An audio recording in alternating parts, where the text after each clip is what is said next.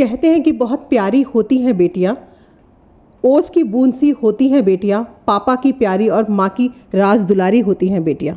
जी हाँ, कहा जाता है कि बेटियां जो है किस्मत वालों को ही मिलती है, वो किस्मत वाले होते हैं जिनके घर में बेटियों का जन्म होता है। लेकिन आज भी हमारे समाज में कहीं ना कहीं उन बेटियों को असमानता का सामना करना पड़ता है और शायद इसीलिए हर साल अंतर्राष्ट्रीय बालिका दिवस भी मनाया जाता है। लेकिन जब भी इन बेटियों को मौका मिला है तो उन्होंने अपने आप को साबित भी किया है। आज अंतर्राष्ट्रीय बालिका दिवस पे एक ऐसी ही बेटी से हम आपको मिलवाने जा रहे हैं। ये जयपुर से हमारे साथ है लाची प्रजापति। लाची के बारे में आपको क्या मैं अपने मुंह से तुम्हें क्या कहूँगी, क्योंकि राइटर भी हैं, बहुत कम उम्र में इन्होंने राइटिंग शुरू की थी, ये डांसर भी है, मल्टी टैलेंटेड लाची प्रजापति से हम आज की मुलाकात करवाएंगे। लाची, बहुत बहुत स्वागत है आपका पत्रिका टीवी पे।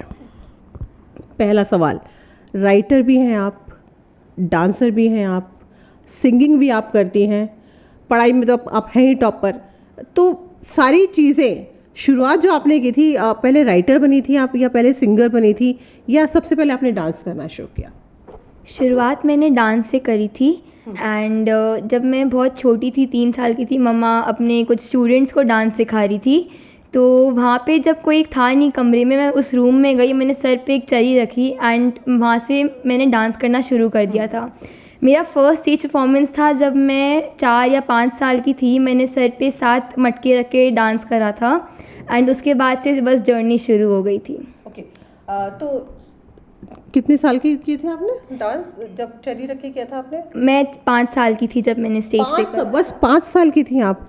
तो कितना, इससे पहले कहीं डांस की कोई आपने ट्रेनिंग वगैरह ली, कुछ और किया, कुछ कर रहे थे आप 5 साल से पहले? नहीं, स्टार्टिंग मेरी मम्मा से हुई थी, उन्हीं से मैंने डांस सीखा। फिर बाद में जब उन्होंने देखा कि मैं डांस करने लगी हूँ तो उन्होंने मुझे एक मैम के पास लगाया, उनका नाम था मिताली घोष मैम।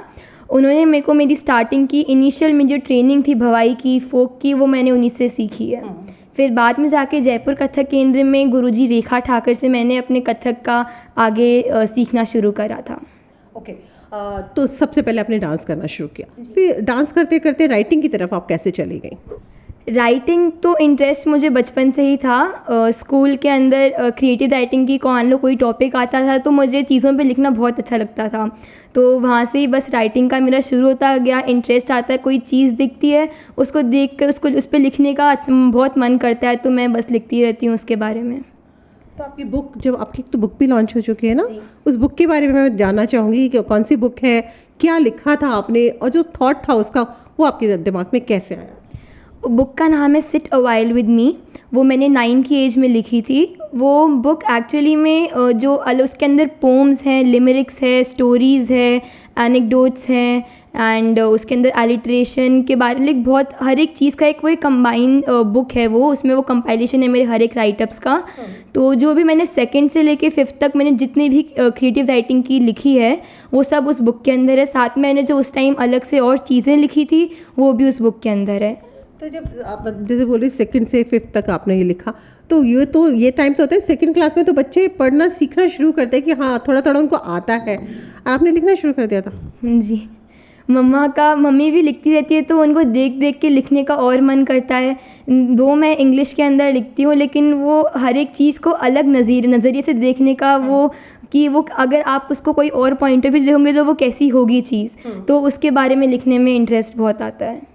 अच्छा, आप जो लिख रही थी तो ये आपने बुक पब्लिश करने वाली बात है कि चलिए लिखते हैं, बहुत सारे लोग लिखते हैं लेकिन सभी लोग अपनी बुक पब्लिश नहीं करवा पाते या नहीं करते हैं। तो ये कब किस तरह से हुआ? बुक पब्लिशिंग का थॉट किसका था? मम्मा ने सजेस्ट किया था कि हमें करना चाहिए, किस तरह से, वो उसकी थोड़ी सी बारे में बताइए। बुक पब्लिशिंग का थॉट मेन आइडिया मम्मा का था। फिर बाद में उन्होंने बताया कि हम ऐसे करेंगे कि तुम्हारी बुक्स के लिए तुम्हारा जितना भी कुछ लिखा है हम उसकी एक बुक बनाएंगे। फिर वो था कि अब बुक बनेगी तो उसमें 2-4 चीज़ें तो डल नहीं सकती और भी लिखना पड़ेगा। तो वो और एक एंथुजियाज़म आया मेरे अंदर कि मैं 2-4 स्टोरीज़ मैं और लिखूं ताकि वो बुक थोड़ी इंटरेस्टिंग हो एंड उसको पढ़ने में मज़ा भी आए। तो जब आप बुक लिख रही थी, मतलब राइटिंग अपनी कर रही थी, फिर पढ़ाई वगैरह कैसे करती थी? जब तो बहुत छोटी थी तब तो पढ़ाई हो जाती, मतलब एक बार आप पढ़ते हो वो याद हो जाता है, उसको बस रिवाइज़ करने की ज़रूरत पड़ती थी। पढ़ाई में इंटरेस्ट मेरे को बहुत है, मुझे बुक्स पढ़ने में बहुत इंटरेस्ट है। मेरे पास खुद की एक 500 बुक्स की पर्सनल लाइब्रेरी है, मुझे बुक्स पढ़ने का बहुत शौक़ है। तो ऐसा था कि मैं छोटी थी, मम्मा वाज लाइक कि इसके मेरे हाथ से बुक छीननी पड़ती थी, बिकॉज़ मैं हर टाइम बुक पढ़ती रहती थी। एंड चाहे वो कोर्स बुक हो या फिर वो स्टोरी बुक हो, उससे फिर मुझे और नए आइडियाज़ आते थे लिखने के लिए कि अब इस टॉपिक पे हम ये लिख सकते हैं।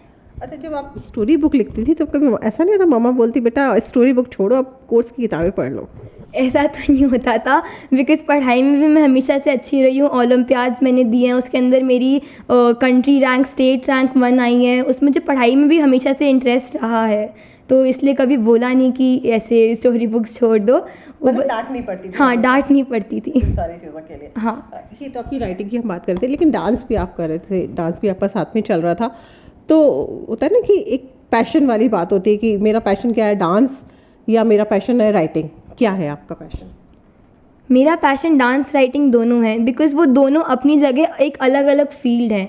डांस अलग है राइटिंग से एकदम, एंड राइटिंग अलग है डांस से, बट दोनों में एक चीज़ है कि आप अपनी फीलिंग्स एक्सप्रेस कर सकते हो। तो बस मेन मोटिव है कि मैं अपनी फीलिंग्स एक्सप्रेस करूँ, चाहे वो पेंटिंग में हो, डांस में हो, राइटिंग में हो या फिर सिंगिंग में हो। पेंटिंग की आपने बात की, इसका मतलब पेंटिंग भी करता है? जी, उसके बारे में बताइए। मैं पोर्ट्रेट्स बनाती हूँ, मैं कैलीग्राफी करती हूँ, and old calligraphy new calligraphy दोनों में आता है। हैंड लेटरिंग करती हूँ, एंड वाटर कलर मेरा मेन फोटे है, मैं उसके अंदर बहुत सारी चीज़ें बनाती हूँ। पोर्ट्रेट्स हो गया, मैंने नरेंद्र मोदी जी को उनकी एक पोर्ट्रेट बना के गिफ्ट भी करी थी, साथ में मैंने उसमें कैलीग्राफी के अंदर एक अपनी सेल्फ रिटन पोम भी उनको मैंने दी थी। भाई लाची, मुझे ये तरीका मुझे बताओ कि इतनी सारी चीज़ें एक साथ हम कैसे कर सकते हैं? बचपन से आदत रही है बहुत सारी चीज़ें करने की। मैं हमेशा से बहुत इंक्विजिटिव रही हूँ कि मुझे ये भी करना है, वो भी करना है। तो हमेशा से मम्मा ने वो आदत डाली है मेरे अंदर कि मैं हर एक अपना टाइम टेबल बना पाऊँ, एंड ऐसा नहीं कि सब एकदम कंजस्टिंग हो जाए, लेकिन ऐसा कि सब मैं प्रॉपर तरीके से कर पाऊँ, एंड वो बर्डन भी फील ना हो मेरे ऊपर। अच्छा, पेंटिंग आपने कहीं से सीखा? सब कुछ कैलीग्राफी भी आप कर रहे हैं, आप ऐसे बोल रहे थे पोर्ट्रेट भी आप बनाते हैं, तो कहीं से आपने कोई ट्रेनिंग वगैरह ली इसकी या सब? नहीं, खुद से करा है। अभी तक कहीं से कोई ट्रेनिंग नहीं ली आपने? बीच में मैंने एक आर्ट टीचर से सीखा था, वो थोड़ा और वाटर कलर एंड वो सब के अंदर, लेकिन कैलीग्राफी मैंने खुद से सीखी है अपने। तो लाची, जैसे पेंटिंग आप कर रहे हैं, तो पेंटिंग एग्जीबिशन अभी आपने लगाई है या आगे कोई प्लान है आपका लगाने का? आगे प्लान है लगाने का, बिकॉज अब बहुत सारी पेंटिंग्स हो गई, एंड तो आगे है कि मैं उनको एग्जीबिशन लगाऊंगी उसका। एंड मेरी एक पेंटिंग भी थी, मांडला आर्ट था वो पूरा, तो वो एक इंटरनेशनल कंपटीशन में भी गई थी। उसका उस पेंटिंग का वो मेन मतलब था दैट इनर पीस, कि आप अपने माइंड को एंड बॉडी को साथ में पीस में कैसे ला सकते हो। मांडना भी आप करते हैं? अच्छा, पेंटिंग ही कौन कौन सी फॉर्म में आप काम कर रहे हैं? किस तरह की पेंटिंग्स आप ज़्यादा करते हैं? मैं वाटर कलर एंड उसके बाद पेंसिल स्केचेस बनाती हूँ, मांडला ड्राइंग बहुत करती हूँ, एंड बस यही है, हैंड लेटरिंग साथ में वो कुछ ना कुछ करती रहती हूँ। अच्छा, आपको पोएम लिखने का भी शौक है, तो किस तरह की पोएम ज़्यादा आप लिखना पसंद करते हैं, उसके बारे में थोड़ा हमारे दर्शकों को बताइए। ज़्यादातर मैं सोशल इश्यूज़ के ऊपर पोम्स लिखना प्रेफर करती हूँ कि जो मेरे एज के बच्चे हैं वो उस बात को समझ पाएँ कि वो पोम ज़्यादा वल्गर भी ना हो, उनके लिए एज के लिए बड़ी भी ना हो, एंड वो उसका जो मेन मॉरल है वो उस पोम को या उस टॉपिक को समझ पाए उनके, कि आगे फ्यूचर में हमें कैसे रहना है, किस तरीके से हमारा वर्ल्ड और अच्छा बन जाएगा, तो उसके बारे में। आपने निर्भया के ऊपर भी पोएम लिखी है? जी, लिखी है। 2 लाइनें हमारे दर्शकों के लिए। हाँ, उसका टाइटल है till when and why. So she was walking down this path. Suddenly, a hand clutched her and made her aghast. Someone was pulling her towards the bushes, and failing all her tries not to become a pile of ashes. She was taken aback when someone tore her clothes from the back. A sudden blackout ran in front of her eyes, where she just hoped that she would die. The poor soul is no more, but many times the Lord just do is ignore. From the above lines, I'm sure your thoughts may have derived. Yes, I'm talking about rape, which leaves everyone in a gape. More than 1,33,000 cases are pending. After 8 years, the court is ordered to see the Nirbhaya criminal's body hanging. आप बहुत छोटी हैं, आपकी as बहुत ज़्यादा नहीं है, अभी आप 12th में ही पढ़ रही हैं। तो ये निर्भया वाला जो केस था पूरे ऑल ओवर वर्ल्ड, इंडिया में सब जगह लोगों को पता था, तो इतना ये तो इशू भी बहुत सेंसिटिव है, तो बहुत ज़्यादा सेंसिटिव है आप भी, इसका मतलब तो। हाँ, इसके मैं गर्ल चाइल्ड के लिए मैं बहुत ज़्यादा सेंसिटिव हूँ इस इशू के बारे में। मैं 4th क्लास में थी, तो जो मेरी क्लास टीचर थी, इंग्लिश टीचर यशा पटेल मैम, उन्होंने हमें एक इंसिडेंट बताया था दैट उनके कोई रिलेटिव ने एक डस्टबिन के अंदर एक बेटी को, उन्होंने छोटी सी 2-3 दिन की बेटी को उन्होंने वहाँ से उठाया था। तो वो केस मेरे को बहुत मतलब सेंसिटिव, उसको बहुत दिल में चुभ गया था वो। एंड मैंने उसके लिए सबसे पहला अपना लेटर टू गॉड लिखा था कि जो गर्ल चाइल्ड है उसको फ्रीडम मिले अपने पैशंस को फॉलो करने के लिए, अपने ड्रीम्स को फॉलो करने के लिए, उसको एजुकेशन मिले एंड वो कभी ये ना सोचे कि काश मैं एक लड़का बॉर्न होती तो मुझे ये सारी अपॉर्चुनिटीज़ मिलती। तो मैंने इसके लिए 4th में लेटर टू गॉड लिखा था। कभी आपके दिमाग में ये थॉट आया कि मैं काश लड़का होती? नहीं, मेरे दिमाग में ऐसा कभी नहीं आया। मेरे पेरेंट्स ने मुझे फुल फ्रीडम दी है कि मैं अपने ड्रीम्स को फॉलो करूं। एंड ऐसा नहीं कि सिर्फ फ्रीडम दी, उन्होंने मुझे हर एक स्टेप में हेल्प कराए, मुझे एक हर ईजी वे दिखाए कि मैं उस तरीके पे जल्दी पहुंच जाऊं। लेकिन वहाँ पे भी हार्डशिप्स रहती है, उन्होंने मुझे हर एक प्रॉब्लम में से निकलने का एक सोल्यूशन बताया कि हम ऐसे कर सकते हैं। और स्कूल से किस तरह का सपोर्ट मिलता है? क्योंकि देखा जाए क्या वाकई में जयपुर के जो लोगों के लिए, उनके लिए आप सेलिब्रिटी हैं। ऐसे कुछ है नहीं। स्कूल में मुझे एज अ नॉर्मल ट्रीट करते हैं एंड उन्होंने मुझे हर एक प्लेटफॉर्म के लिए अपॉर्चुनिटी दी है। जैसे स्कूल नेशनल गेम्स हुए थे 2018 में SGFI, वहाँ पे स्कूल ने मेरा नाम दिया था। मैं 10 मीटर एयर पिस्टल की शूटर हूँ। उन्होंने मुझे SGFI खेलने के लिए नाम दिया था, मैं गई भी थी वहाँ पे खेलने के लिए। एंड तो स्कूल मुझे फुल सपोर्ट करते हैं, डांस में हो, राइटिंग में हो, ड्राइंग में हो, स्पोर्ट्स में हो। मेरा मेन राइटिंग ही स्कूल से शुरू हुआ था, तो आज तक स्कूल ने उस चीज़ से मुझे सपोर्ट करा है कि वो हमेशा आगे से आगे बढ़ाते रहे मेरे को। आपने बोला आप शूटर भी हैं, जी।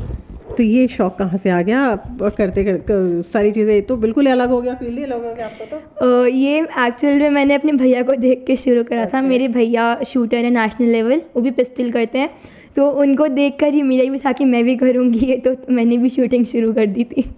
तब आगे का क्या करना है? शूटिंग में और आगे जाना है क्या? कुछ और फ्यूचर प्लान है उसको लेकर? शूटिंग को लेकर है कि मेरा ड्रीम है मैं ओलंपिक्स तक तो खेलूँ उसको। एंड वैसे शूटिंग साइड बाय साइड चलते रहेगा, लेकिन मेरा जो मेन ड्रीम है वो है कि मैं UPSC क्रैक करूँ एंड मुझे IAS ऑफिसर बनना है, तो मैं उसका पढ़ाई साथ लेके चलूँगी अपने। UPSC क्रैक करना है, IAS ऑफिसर बनना है, पेंटिंग आप करती हैं, लिखती आप हैं, डांस आप करती हैं, तो आप तो इन सब में भी प्रोफेशन में चूज़ कर सकती है। मैं राइटिंग में आप कर सकती है अपना प्रोफेशन, आप डांसिंग में अपना प्रोफेशन चूज़ कर सकती है, लेकिन UPSC ही क्यों? कोई खास वजह? डांस राइटिंग ही मेरा पैशन है एंड मैं अभी ऑलरेडी एक डांसर हूँ, मैं ऑलरेडी एक राइटर हूँ। तो अभी मेरा फ्यूचर जो है वो मेरा अभी UPSC मेन है, बिकॉज़ वो साथ साथ चलता रहेगा। डांस और राइटिंग को मैं कभी छोड़ने नहीं वाली, बिकॉज़ पैशन हमेशा साथ में रहता है। तो एंड मैं अभी ऑलरेडी वो चीज़ हूँ, तो मैं उसको आगे और कंटिन्यू कर सकती हूँ और उसमें इम्प्रूवमेंट कर सकती हूँ।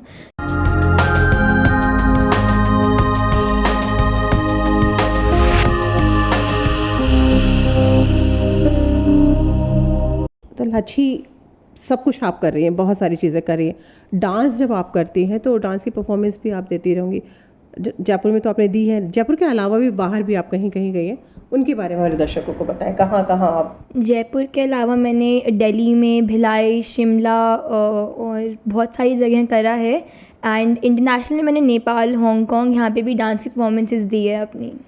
कौन कौन सा? अच्छा, डांस में आपसे एक इम्पॉर्टेंट सवाल पूछना भूल गई। भवई तो आप करते हैं, भवई के अलावा भी और कौन कौन से आप डांस कर रहे हैं? भवाई के साथ मैं कथक भी करती हूँ, कथक क्लासिकल करती हूँ मैं, एंड मैं दोनों में इंटरनेशनल लेवल में जा चुकी हूँ।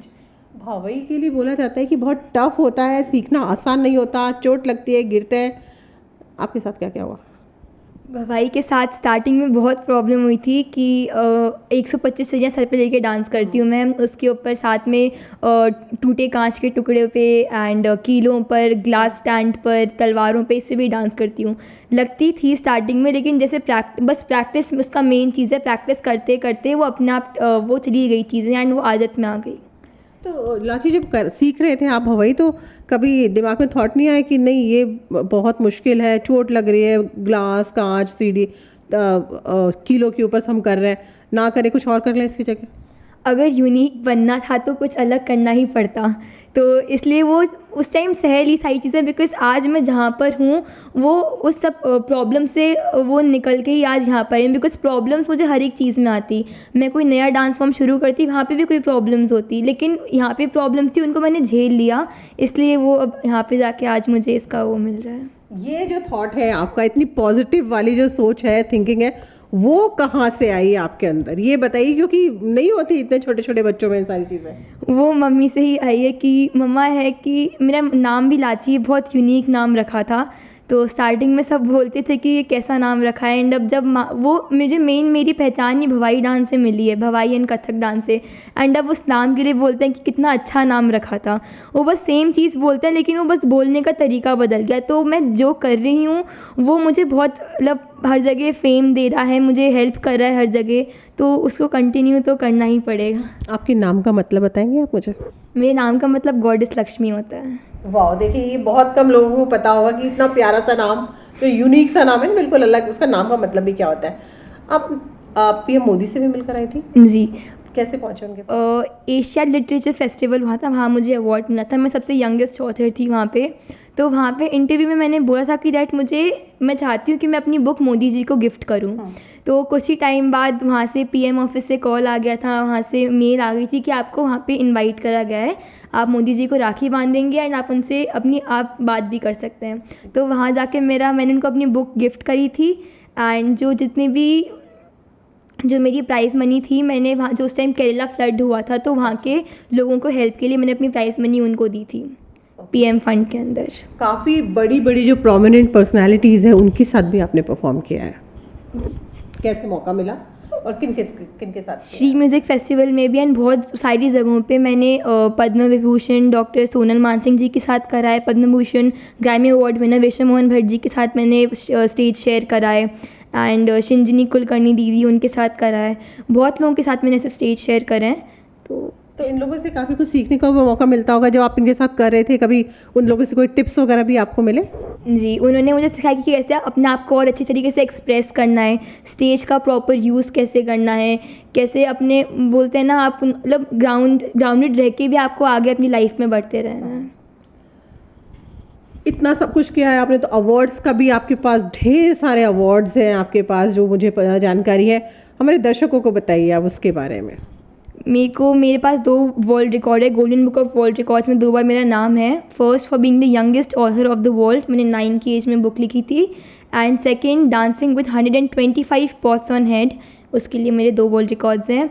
एंड मुझे बाल श्रेष्ठ मिल रखा है, बाल रत्न अवार्ड मिल रखा है, बहुत सारे हैं, सबके नाम याद नहीं रहते। ये पैशन है आपका, है ना, जो आपने हम लोग जिन अभी बात करें तो वो सारी चीज़ें आपकी पैशन है। हॉबीज़ भी होती हैं कुछ लोगों के, इंटरेस्ट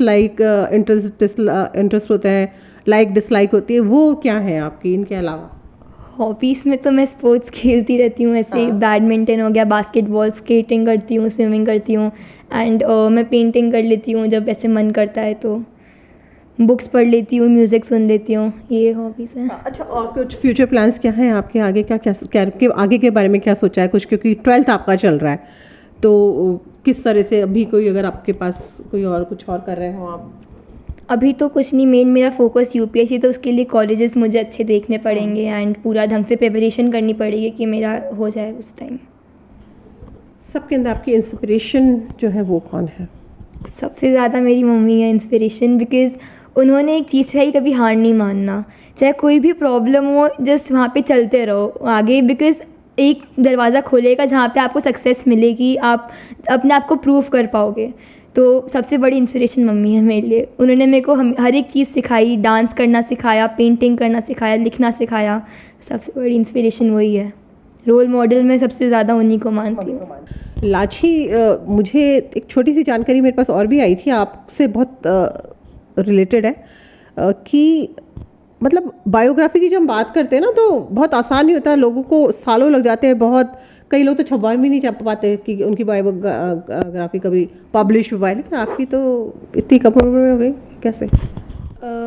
मेरी गोल्डन बुक ऑफ अर्थ में 20 prime minister and presidents of like सारे कंट्रीज़ के साथ में मेरी बायोग्राफी पब्लिश हुई थी, मैं सबसे छोटी थी उसके अंदर, एंड वो पता नहीं बस हो गया, किसी ने मेरा नाम सजेस्ट करा होगा उसके लिए, तो उन्होंने मुझसे मतलब पूछा था कि आप क्या करते हो पूरा, तो उसके बाद ये पूरा हुआ था। अच्छा, बुक का नाम क्या है एक बार आप तो? Golden book of earth. Golden book of earth. अच्छा, आप सोशल कॉज से भी काफ़ी हद तक जुड़े हुए हो, काफ़ी कुछ एक्टिविटीज़ भी आप करते रहते हैं, फ्री ऑफ कॉस्ट बच्चों को भी सिखाते हैं, उसके बारे में थोड़ा सा बताइए। मैं जो ब्लाइंड बच्चे होते हैं उनको सिंगिंग सिखाती हूँ, उनके साथ थोड़ा और मस्ती मजाक करते हैं। एंड फिर जो गवर्नमेंट स्कूल्स हैं, जो अंडर प्रिविलेज चिल्ड्रन हैं, उनके लिए उनके साथ में जाकर उनको पढ़ाई करवाती हूँ, उनके साथ मैं खेलती हूँ, उनको स्वेटर्स जब मान लो ठंड आती है स्वेटर्स देती हूँ, बुक्स इनको गिफ्ट करती हूँ। तो हाँ, भगवद गीता के बारे में भी अब मैं आपसे, आप ही बताइए हमारे दर्शकों को। मुझे भगवद गीता के 15 अध्याय याद हैं, अभी थोड़ी प्रैक्टिस नहीं रही है, लेकिन मुझे वहाँ के अभी 15 अध्याय याद हैं। मैंने जो चित्रकूट स्टेडियम है वहाँ पे बाबा रामदेव, वसुंधरा राजे एंड राज्यवर्धन सिंह राठौर सर के साथ मैंने वहाँ पे बैठ के पूरा एक अध्याय का मैंने चैंट किया था, तो वहाँ पे मुझे उनसे थोड़ा तारीफ़ भी मिली थी। तो ये कि आप बचपन से पढ़ते थे, किस तरह से आपको क्योंकि याद करना भगवद गीता? मुझे माइथोलॉजी में बहुत इंटरेस्ट है बचपन से, कि भगवान में ऐसा उनकी स्टोरीज़ होती है नई नई, बोले ये ऐसा होता है वैसा होता है, मुझे बहुत इंटरेस्ट रहा है। अभी भी है कि मुझे कोई चीज़ पता चलती है मैं उनके बारे में पूछती हूँ अपने पेरेंट्स से कि पापा ऐसे मान ली भगवान जी के ऐसे हुआ तो ये कैसे हुआ था। अभी भी मतलब बहुत मेरा विश्वास है भगवान के अंदर कि मैं हूँ ना, कि हर एक चीज़ मतलब मेन भगवान जी, उनके चक्कर में सब हो रहा है। तो भगवद गीता से मुझे ऐसे ही मेरा हुआ था। चलिए, अब हम आपकी पढ़ाई की बात करते हैं, आपकी फैमिली के बारे में बात करते हैं। अपनी फैमिली के बारे में बताइए, आपकी फैमिली में कौन कौन है? पापा, मम्मी और एक मेरा बड़ा भाई है। ओके, उनके बारे में वो लोग क्या कर रहे हैं थोड़ा सा? पापा का बिजनेस है कंस्ट्रक्शन का, एंड मम्मी प्रिंसिपल है टेको फाउंडेशन स्कूल की। एंड मेरे भैया उनका अभी रिसेंटली वो शूटिंग की प्रिपरेशन कर रहे हैं इंडिया टीम ट्रायल्स के लिए।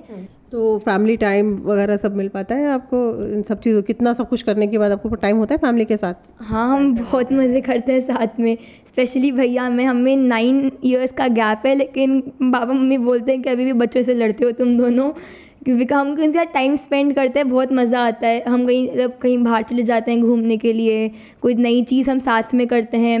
एंड जो लॉकडाउन हुआ था उसके अंदर तो हम और ज़्यादा पास में आ गए, हमने बहुत सारी चीज़ें साथ में बनाई थी, हमने करी थी, तो टाइम मिल जाता है उनके साथ। जो सपोर्ट आपको आपके पेरेंट्स ने किया, आपको लगता है वो सपोर्ट आज भी हमारी सोसाइटी में बेटियों को मिल रहा है? आप क्योंकि आप इतने मैच्योर तो हो।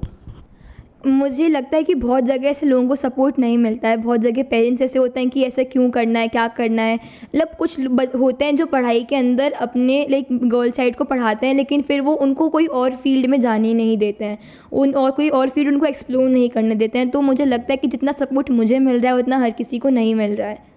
हाँ, लिखने की मैं बात करूँगी, लिखते हैं तो एक इमेजिनेशन की उसमें ज़रूरत पड़ती है, क्रिएटिविटी जो होती है वो तभी निकल कर बाहर आती है।